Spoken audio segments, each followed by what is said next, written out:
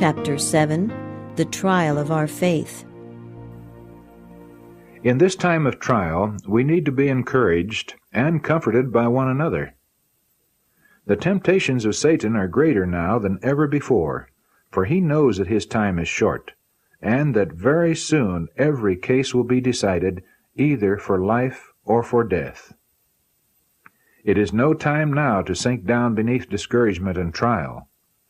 We must bear up under all our afflictions, and trust wholly in the Almighty God of Jacob.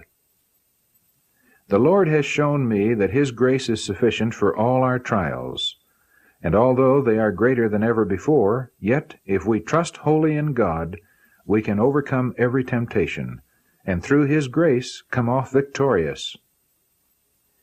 If we overcome our trials and get victory over the temptations of Satan, then we endure the trial of our faith, which is more precious than gold, and are stronger and better prepared to meet the next. But if we sink down and give way to the temptations of Satan, we shall grow weaker and get no reward for the trial, and shall not be so well prepared for the next. In this way we shall grow weaker and weaker until we are led captive by Satan at his will. We must have on the whole armor of God and be ready at any moment for a conflict with the powers of darkness. When temptations and trials rush in upon us, let us go to God and agonize with Him in prayer. He will not turn us away empty, but will give us grace and strength to overcome and to break the power of the enemy. Oh, that all could see these things in their true light, and endure hardness as good soldiers of Jesus. Then would Israel move forward strong in God and in the power of His might. God has shown me that He gave His people a bitter cup to drink, to purify and cleanse them. It is a bitter draught, and they can make it still more bitter by murmuring, complaining, and repining.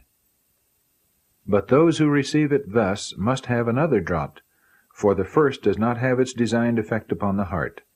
And if the second does not effect the work, then they must have another and another, until it does have its designed effect, or they will be left filthy, impure in heart. I saw that this bitter cup can be sweetened by patience, endurance, and prayer, and that it will have its designed effect upon the hearts of those who thus receive it, and God will be honored and glorified.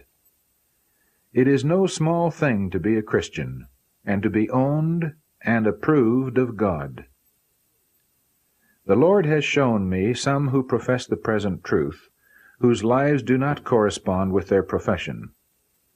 They have the standard of piety altogether too low, and they come far short of Bible holiness.